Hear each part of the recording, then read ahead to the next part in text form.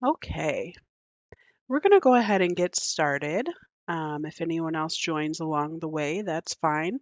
My name is Stacey Salgado. I'm with the New York State Department of Labor, and I'm going to be giving a presentation tonight about fostering access, rights, and equity, otherwise known as FAIR.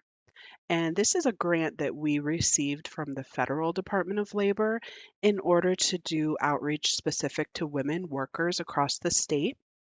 So, we'll be going over a number of topics, and the idea here is we really just want people to be aware of the rights that they have here in New York and to know what to do and where they can turn if ever faced with an issue. Um, if you do have questions as we go along, please feel more than welcome to pop those in the chat or unmute yourself, and I'll answer as many as I can. And I always say, to attendees, this information is really important for anybody to know, even though it is geared towards women. Um, and it's great to be able to share this information with others as well. So please feel free to do so, and I hope that you learned something new. So we do have a website. That's you see on the screen here, where we host a bunch of information of the different topics under the Fair Grant. So everything that we're going to go over tonight and more, it's really there as a resource for everybody to be able to look things up and learn, find resources and contact information. There's a bunch of different fact sheets and things like that.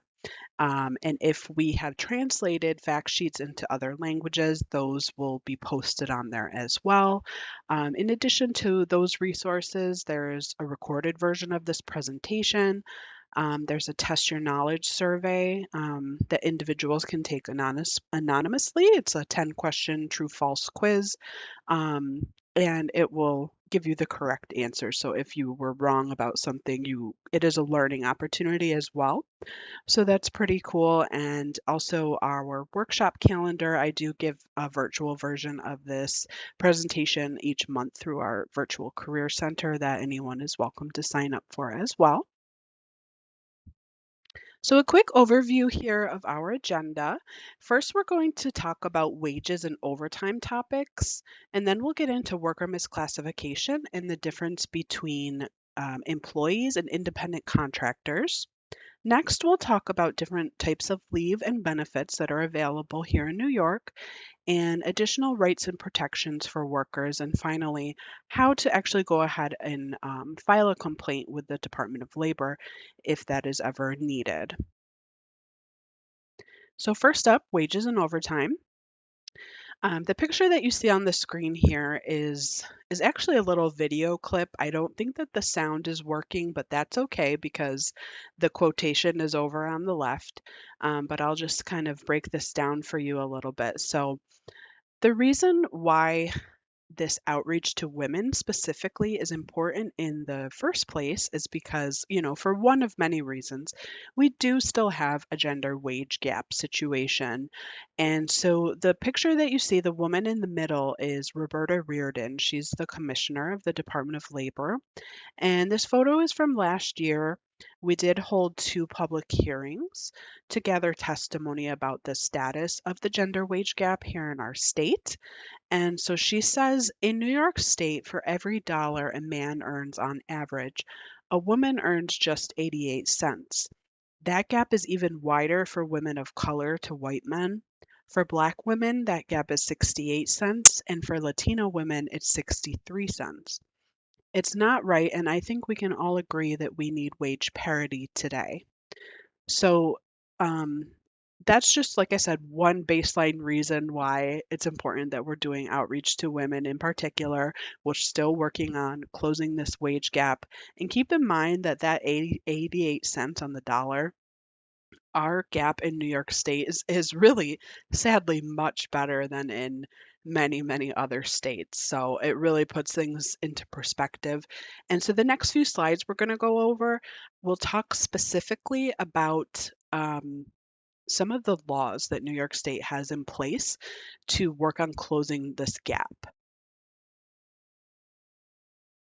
So, first we have the salary history ban, and this began in January of 2020, this law.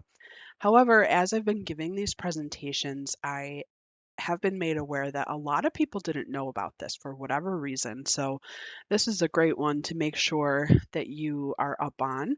Um, so, what it says is that an employer here in New York can ask a job applicant for their salary expectations for a position. So, how much they would like to make at their job if hired at this company. But the employer can no longer be asking people what they earned at their previous jobs or what they're currently earning at their current job. So this is a huge change, I know, for myself, and I'm sure for all of you, that it was always the norm when applying for jobs that you would just put down your work history, and part of that was sharing how much your pay was.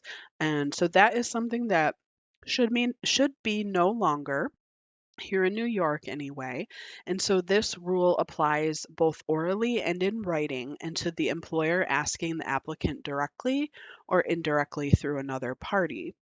The law also prohibits an employer from relying on an applicant's salary history information as a factor in determining whether or not to interview that person, offer them employment, or in determining what salary to offer. I do want to note that this law doesn't apply to independent contractors and freelance workers. On that note, it's important to also tell you that this law does not prevent workers from voluntarily disclosing their past salary information for purposes of negotiating a salary with that new job. So that is completely up to the individual if they want to disclose it or if they need, feel like they need to so they can negotiate the salary up higher. And then the employer can confirm past salary information for purposes of negotiation only once they've actually made that person an offer of employment, including the compensation. Then we have the pay transparency law, which is rather new. It just went into effect in September of 2023. And so this says that New York State employers with four or more employees have to include a salary or salary range in their job postings for all jobs to be performed, at least in part, here in the state of New York. The job posting has to advertise the salary or the range that the employer believes in good faith to be true at the time of posting that job. And it should give the prospective applicant a legitimate idea of the expected pay.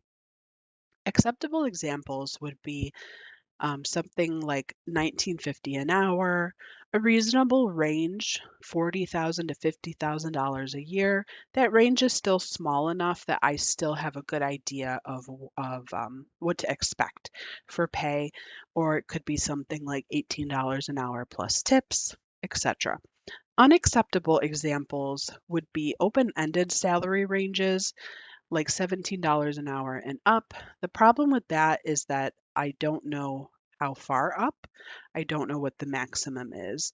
And on the other hand, if I were to say maximum $55,000 a year, the problem with that is I don't know what the minimum is. How low might that salary be? So those don't give me a good idea of what I can expect pay wise. The purpose behind this law is to empower workers with this really important information right up front, so they can decide right then and there if they even want to apply for this job. And of course, it also addresses systemic pay inequities and discriminatory wage setting and hiring practices. It's also important to know that employers can impose workday and workplace limitations about their employees discussing salary with each other. However, an employer cannot just flat out prohibit their employees from inquiring, discussing, or disclosing salary with other employees per Section 194 of our New York State labor law. Also under Section 194, is our equal pay provision. And this law prohibits unequal pay based on a protected class for all substantially similar work. And we'll break down a little further what exactly does that mean. So protected classes are a whole bunch of different things. They can be a person's age, race, creed, color, national origin, sexual orientation, gender identity or expression, military status, sex, disability, predisposing genetic characteristics, familial status, marital status, or domestic violence victim status. So, for purposes of our topic tonight, an easy example is that an employer could not decide to pay a man more than a woman for doing the same job solely based on their sex, their gender. Um, a difference in pay, in this case, it would have to be based on something legitimate, like seniority, merit, if there's a system that measures quantity or quality of production, or some sort of bona fide factor other than sex, like that person's education, training, or experience. When an individual gets hired at a new job here in New York, they should receive a pay notice. Sometimes it's called a work agreement. On the screen, we have an example of a template that the Department of Labor does provide. However, employers are not required to use our template. They just have to give you something that has these required details. And it's nice because both parties should be signing off and receiving a copy. And we would definitely recommend to keep that in a safe place just in case you ever needed to refer back to it and make sure everything is going as planned at your new job. So this is going to have some important things on it, like what is the agreed upon pay rate? Is there anything in particular that's going to come out of your pay? And what's the regular payday? How often are you getting paid? Are you overtime eligible? So we also provide this template in a whole bunch of different languages. So if a worker's native language is not English and we have a template in their native language, the employer should be providing their pay notice in their native language. Otherwise, it's okay to give it in English. Excuse me. So let's talk about where we are right now, 2024, for minimum wage, because we did just have another increase. So here we have a chart that's breaking down our rates for 2024. For work that's performed in New York City, Long Island, and Westchester County, the minimum is now $16 an hour, and this includes fast food work. Up until now, for a few years, they had their own rate for fast food, but everything has caught up. So now fast food is just lumped into that. Um, for the rest of the states, also including fast food, the minimum is now $15 an hour. And beginning in October of 2022, New York established a specific minimum wage for home care aides. So you also see that in the chart. Um, a home care aide would be defined as a person who works in a client's home and assists with activities of daily living. So for home care aides who work in New York City, Long Island, and Westchester County, their minimum is $18.55 an hour, and for the rest of the state, $17.55 an hour. We do have a minimum wage lookup tool available on our website, which is the link that you see on the slide here. Um, this is a great tool just because New York has had so many increases and changes over the past several years, especially. And there's been different rates for different areas of the state for different types of work. So it's definitely been a bit confusing. If you use this tool, you can pop in a few details and it will let you know what the minimum wage should be for that job in that area. And you can also look up past minimum wages. As far as tipped workers in New York State goes, we do allow employers to satisfy the minimum wage by combining a wage paid by the employer with tips that the employee receives from customers. Only hospitality industry employers are allowed to take tip credits from minimum wage. So workers who work outside of the hospitality industry and receive a tip, their employer should not be keeping any portion of that tip. It should all be going to the employee. So the chart that we see here, it also has these rates, again, broken down by the location of New York City, Long Island, and Westchester, or the rest of the state. The important thing to note is that if you add that base wage and the tip credit together, you're going to arrive at the minimum wage of 16 or $15 an hour. And the difference between food service workers and service employees, food service workers are those who primarily engage in serving food and beverages to customers, and service employees are those other than food service workers who also customarily receive tips as part of their wage.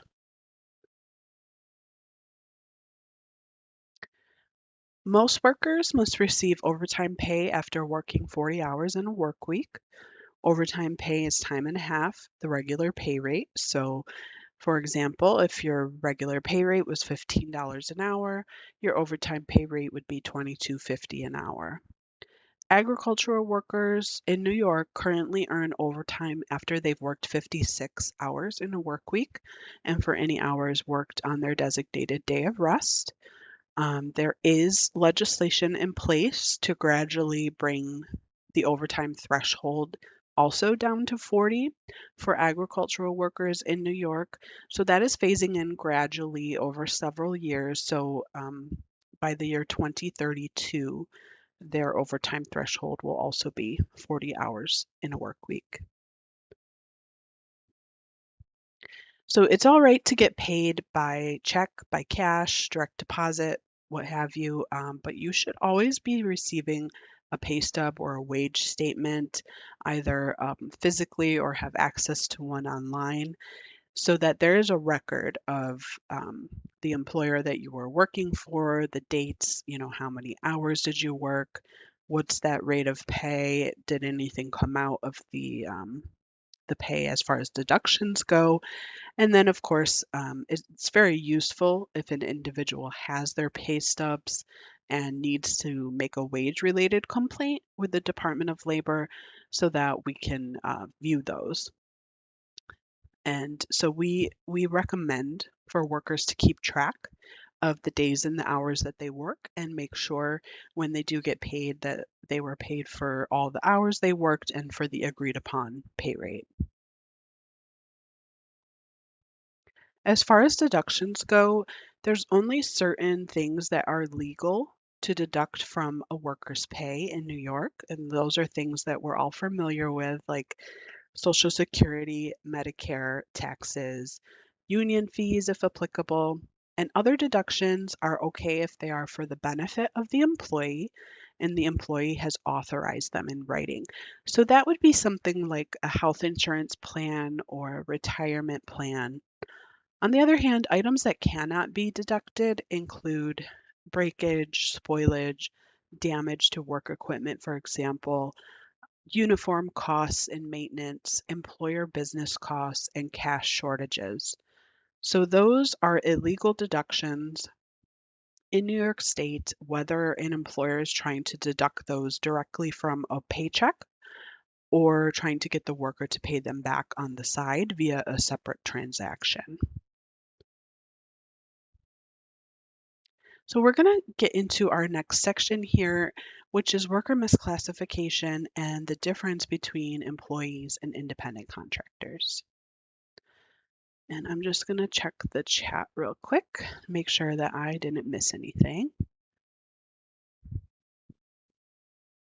I don't believe so. Okay.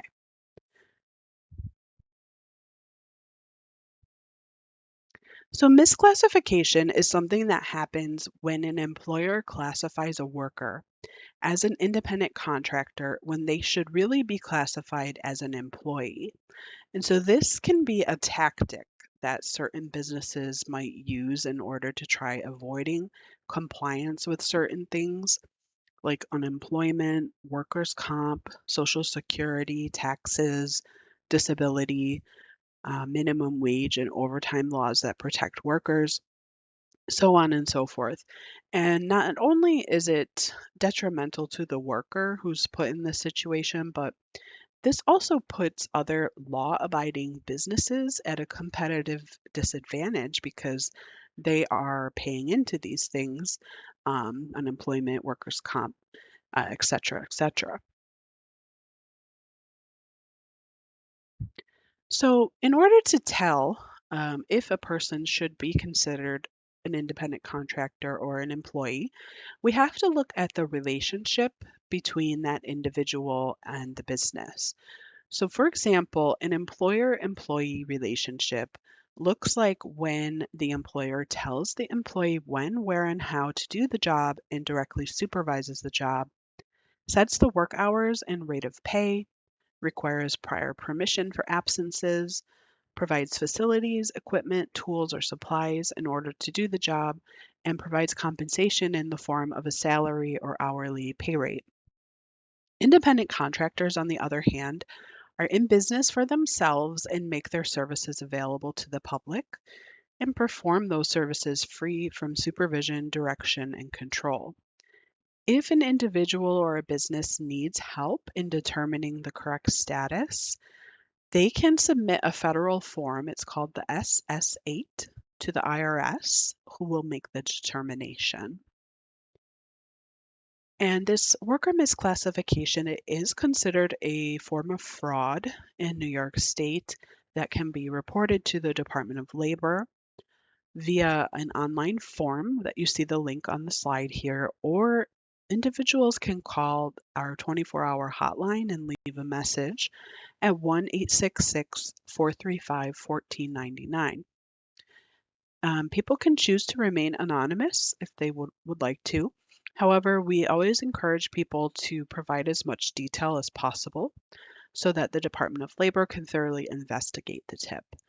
And the Department of Labor will keep all information confidential to the greatest extent possible.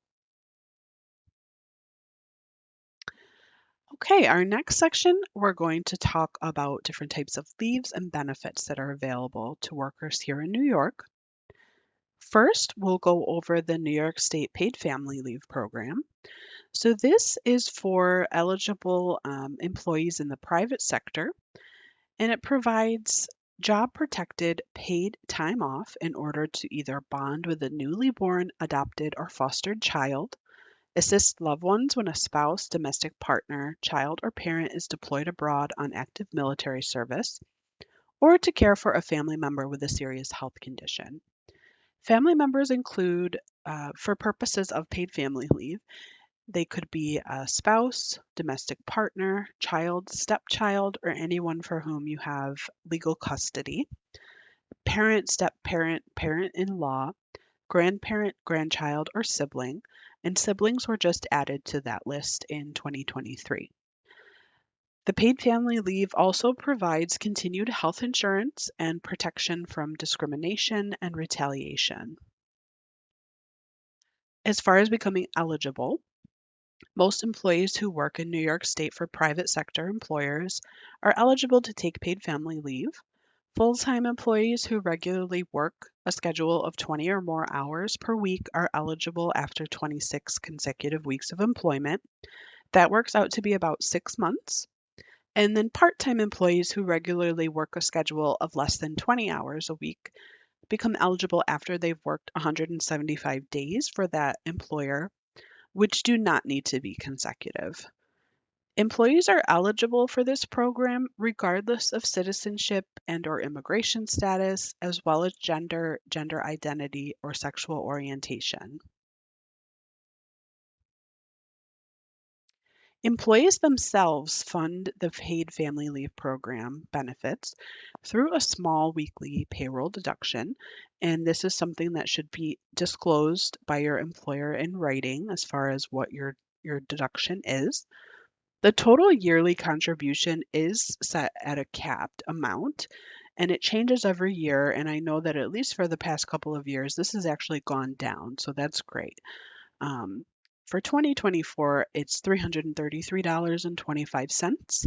And so what that means is that no employee would be contributing more than that amount of money to paid family leave over the course of the year 2024. Eligible employees can take up to 12 weeks of leave, and that would be paid at 67% of their average weekly wage. That is also capped at a maximum benefit, which for 2024 is $1,151.16 a week. Sometimes we get asked if people can opt out of paid family leave contributions, and the answer to that is no. But there are some part time or seasonal employees who might qualify for a waiver simply because they would never work enough days to become eligible to utilize this benefit themselves. If an individual wants to apply for paid family leave, the first step is to notify the employer. Ideally, this would happen at least 30 days before you want the leave to start. However, it's understood that certain situations you don't have that advance notice, so really just as soon as possible. The next step would be to obtain and submit the required forms and supporting documentation and get those to the employer's insurance carrier. You do see a link to a website for paid family leave, as well as a helpline number on the slide. I've had to call that number myself a few times and ask questions. It's easy. There's also a ton of information on that website, including the forms that one would need if they wanted to apply. Once the insurance carrier gets everything, they have to either pay or deny the request within 18 days of receipt. So it's a fairly quick turnaround time. If for some reason they were to deny the request, they do have to give a reason, and there is a procedure to argue that decision if individuals are not in agreement. And we'll pivot a little bit just to talk quickly about COVID-19 paid leave. You'll notice that the link is very similar and the helpline number is the same as when we were talking about paid family leave, and that is because our COVID leave in New York State is under the paid family leave umbrella. And this is something that is still in effect here in New York, which some people aren't aware of, but New York State is still requiring, depending on an employer's size and annual income. Some employers in New York State are required to provide COVID-19 paid leave to employees who are under a mandatory or precautionary order of quarantine. So we have a chart here that breaks down the requirements. If a business, for example, has between 1 and 10 employees and an annual income of less than $1 million, they're not required to provide the paid leave for COVID. Their employees would instead use a combination of paid family leave benefits and disability benefits. If a business, on the other hand, has between 1 and 10 employees and an annual income of more than $1 million, as well as those employers with between 11 and 99 employees, are required to provide at least 5 COVID paid sick days. And businesses with 100 or more employees are required to provide at least 14 COVID paid sick days. Um, and the law does allow for up to 3 instances of COVID, so 3 separate incidents.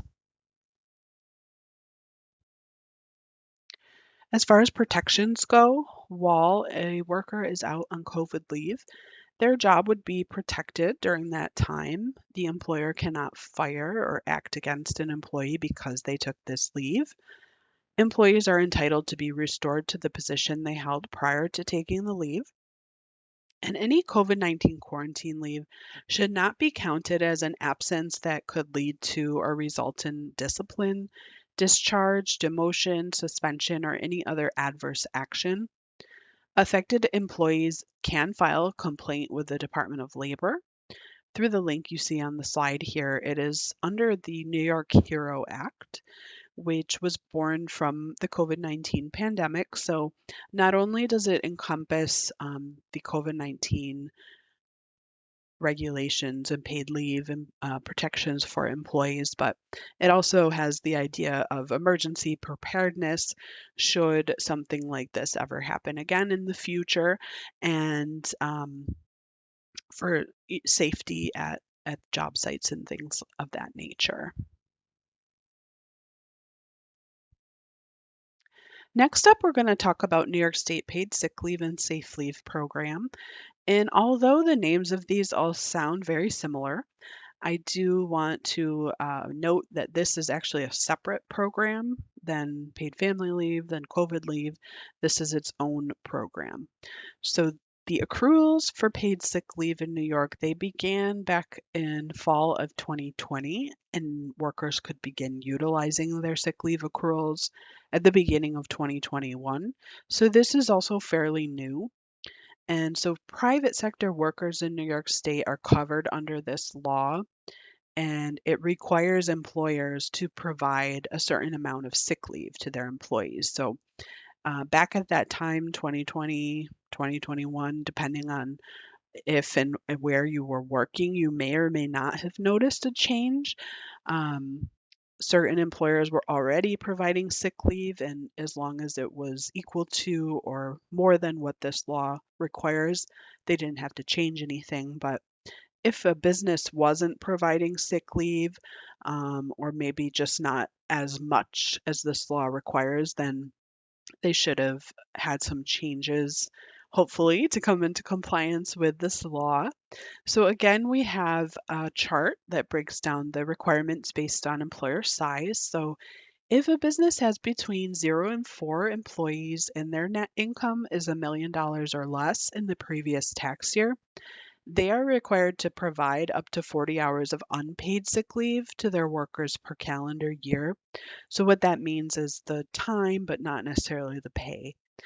And businesses with between 0 and 4 employees and a net income of greater than $1 million in the previous tax year, as well as businesses with between 5 and 99 employees, are required to provide up to 40 hours of paid sick leave per calendar year to their workers. So the time off as well as the pay. And businesses with 100 or more employees are required to provide up to 56 hours of paid leave per calendar year to their employees. Again, we have a website link. Um, this website is really great in that it does provide a lot of different fact sheets and information for both sides, so for both the employer and the employee. And there's a lot of FAQ and things of that nature. And so if a business is not complying with these requirements, the Department of Labor can take complaints from workers. As far as the accrual system goes, at a minimum, employees accrue 1 hour of sick leave for every 30 hours worked, or the employer may decide to provide the full amount of sick leave that's required by this law in a bank at the beginning of each calendar year. And that's fine too, but if they do provide all the leave up front, they can't turn around later and revoke or reduce the time that was given. If an employee wants to utilize these accruals, they just have to submit a verbal or written request to the employer. There's no time frame that's designated under the law, and the employer can only require documentation when the employee returns if their leave lasted for more than 3 days in a row that they were previously scheduled to work. The documentation must support the need for the leave, but of course is not required to provide the exact reason or any private protected information. These accruals can also be used for purposes of what is called safe leave.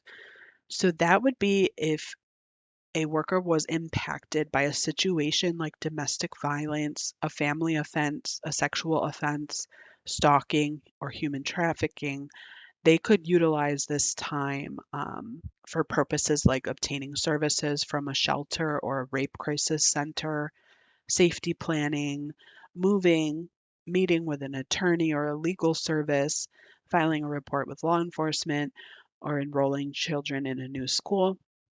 And all of the rules that we talked about on the last slide as far as use and documentation are all the same, whether the person is utilizing their accruals for purposes of sick leave or safe leave. So we're going to head into the next section here. We're getting towards the end. Remember, if you have any questions, you can pop them in the chat. And let me just check. Okay. So this last section here is kind of a hodgepodge of some different topics, but all good things to know nonetheless. Some good important baseline information to know is that all workers are protected by New York State labor law regardless of their immigration status.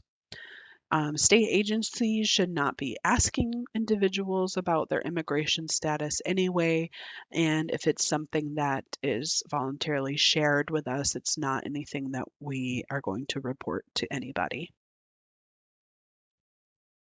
We also have laws surrounding language access. And so, if an individual's native language is not English and they prefer to communicate in their native language, staff at the Department of Labor must use an interpreter to assist that person, and the interpretation is provided free of charge. This is a law that's in effect for any state agency that serves the public. At the Department of Labor, our written vital documents are currently provided in the state's top 16 languages, spoken by limited English proficient individuals, which are currently Spanish, Chinese, Korean, Italian, Russian, Polish, Bengali, Arabic, Haitian Creole, Urdu, French, Yiddish, Japanese, Hindi, Albanian, and Greek. Materials in other languages may also be available, and our telephonic and/or remote video language interpretation services are provided in more than 200 different languages, of course, including sign language. Here we have just a couple of examples of posters that individuals should see hanging in Department of Labor offices that serve the public. And we have the language identification tool, which says in more than 30 languages, point to your language, an interpreter will be called. The interpreter is provided at no cost to you. And then a sign language interpretation poster indicating that that is available. So, as I said, kind of a hodgepodge of topics here, but our next topic is expressing breast milk in the workplace. So, New York State had some laws and requirements on this topic that were already in place for several years. However, in June of last year, we did have some expansions come into effect for this law. So, nursing mothers in New York State workplaces excuse me, let me start that over. So, all New York State employers are now required to provide convenient private pumping spaces in the workplace that include a table and seating, light, electricity if the workplace is supplied with electricity, and nearby access to clean running water. I do want to note that both by state and federal law, the space that is provided for expressing breast milk at work cannot be a bathroom. Employers have to also implement a written policy regarding employee rights when breastfeeding in the workplace. Under New York law, nursing mothers are guaranteed break time to express breast milk at work for up to 3 years following childbirth. Employees making use of this benefit have the right to take either reasonable unpaid break time or to use paid break time or meal time each day to express breast milk at work. They're allowed to make up any break time that's unpaid should they choose to, either before or after their shift, as long as it still falls within the employer's normal work hours. The employer cannot discriminate against an employee based on her decision to express breast milk at work, nor can they allow a discriminatory environment uh, towards that employee from other employees. We do have a website link here. We house all of the information specifically on this topic in one place. So again, there's a ton of fact sheets, that policy, information for employers as well as employees, and answers to frequently asked questions. As far as sexual harassment in the workplace goes, all employers in New York State, regardless of the number of employees they have, are responsible for providing a workplace that is free from sexual harassment. Employers must have a sexual harassment prevention policy in place and provide annual training to their workers, as well as a written copy of their sexual harassment prevention policy. So, more recent updates on the laws surrounding this topic. Um, if an individual is sexually harassed at work, they can, of course, report the conduct to the employer. However, it's understood that sometimes the employer is the harasser, or maybe that person just doesn't trust how their employer is going to react to them. They always have the option of contacting the New York State Division of Human Rights, who can assist with taking and investigating these complaints. Previously, harassment had to be considered severe or pervasive before it was against the law. As of October 2019, this was changed by an amendment to the human rights law, so that harassment is unlawful when it's anything other than petty slights or trivial inconveniences. Beginning August 2020, the time period for filing a sexual harassment complaint with the Division of Human Rights was extended from 1 year to 3 years. It is unlawful for an employer to retaliate against a person who reported sexual harassment for exercising those rights. Here we have some contact information for the Division of Human Rights. Individuals can file complaints online at the website noted.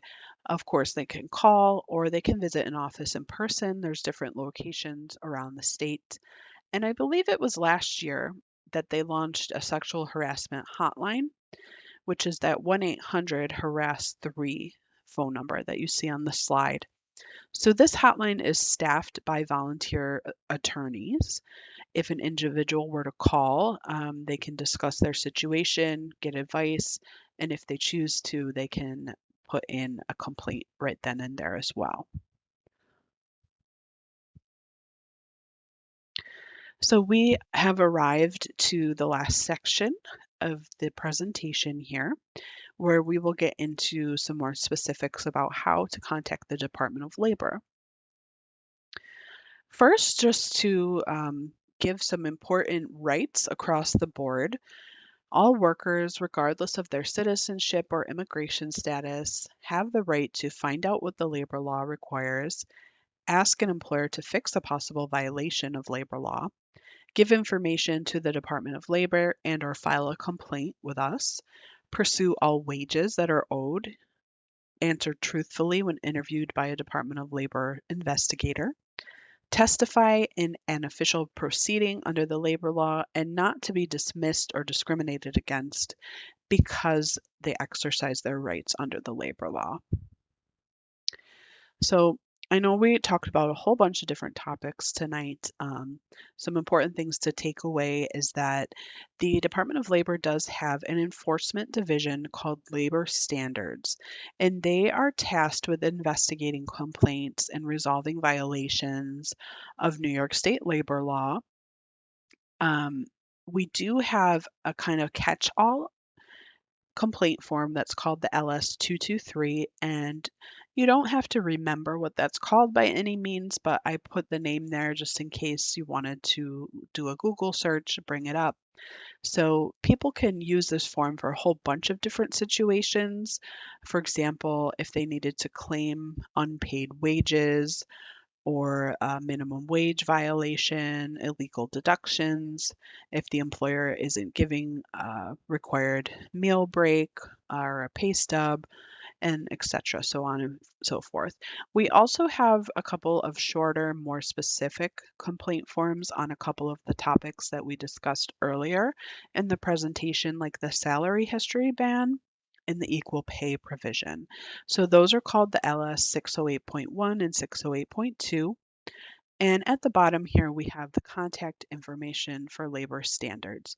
So individuals can call the 1-888-52-LABOR phone number or send an email to lsask@labor.ny.gov.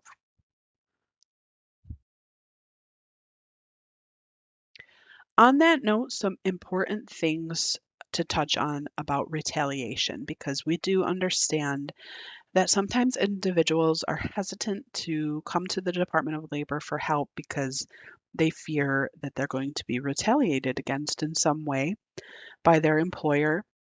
And that can be any unfavorable action that's taken against an employee for complaining about labor law violations.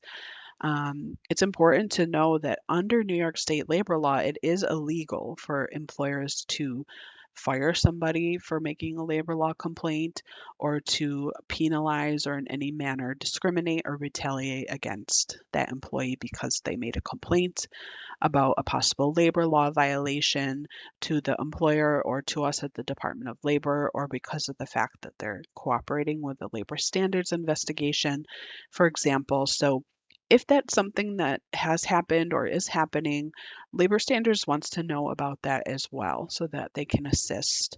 Um, so, like I said, retaliation, it can look like a lot of different things, and the outcomes can also be a lot of different things.